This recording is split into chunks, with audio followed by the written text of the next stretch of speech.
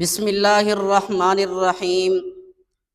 پاکستان محض زمین کے ایک ٹکڑے کا نام نہیں، بلکہ یہ ایک نظریے، ایک عہد اور ایک خواب کی تعبیر ہے، اور اسی وطن کے حصول کے لیے ہمارے بزرگوں نے بے شمار قربانیاں دیں، ہجرت کی صعوبتیں برداشت کیں، اپنے گھر بار چھوڑے اور ایک ایسے وطن کا خواب دیکھا جہاں آزادی کے ساتھ اپنے دین و ایمان کے مطابق زندگی بسر کی جا سکے۔ آج جب ہم اپنے وطن کے قیام کے مقاصد اور اپنے بزرگوں کے عہد و وفا کو یاد کرتے ہیں تو دل میں ایک سوال ضرور پیدا ہوتا ہے کہ کیا ہم نے اس عہد کو نبھایا؟ کیا ہم نے ان قربانیوں کی قدر کی؟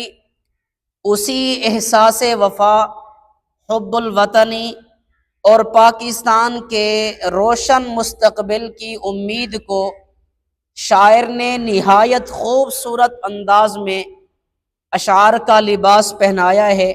آئیے انہی جذبات کو تازہ کرتے ہوئے یہ خوبصورت نظم سماعت فرمائیے۔ وفا کے خوگر وفا کریں گے یہ طے ہوا تھا، وفا کے خوگر وفا کریں گے یہ طے ہوا تھا، وطن کی خاطر جیے مریں گے یہ طے ہوا تھا۔ وفا کے خوگر وفا کریں گے یہ طے ہوا تھا، وطن کی خاطر جیے مریں گے یہ طے ہوا تھا۔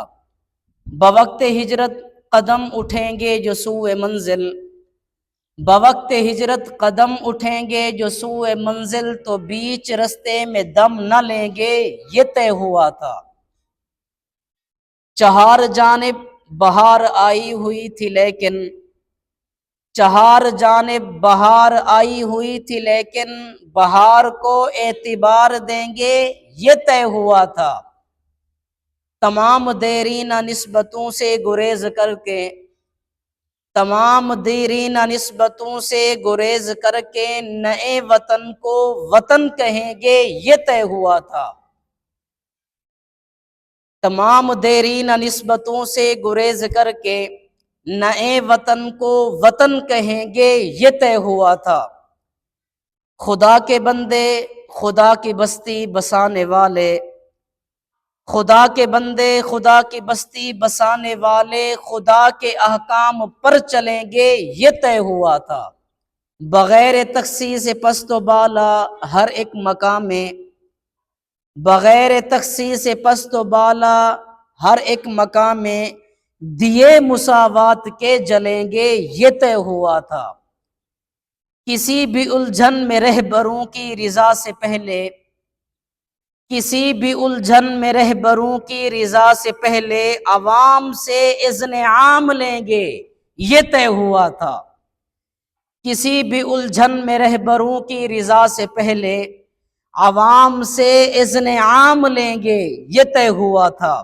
تمام تر حل طلب مسائل کو حل کریں گے، تمام تر حل طلب مسائل کو حل کریں گے، جو طے نہیں ہے وہ طے کریں گے یہ طے ہوا تھا۔ وفا کے خوگر وفا کریں گے یہ طے ہوا تھا، وطن کی خاطر جیے مریں گے یہ طے ہوا تھا۔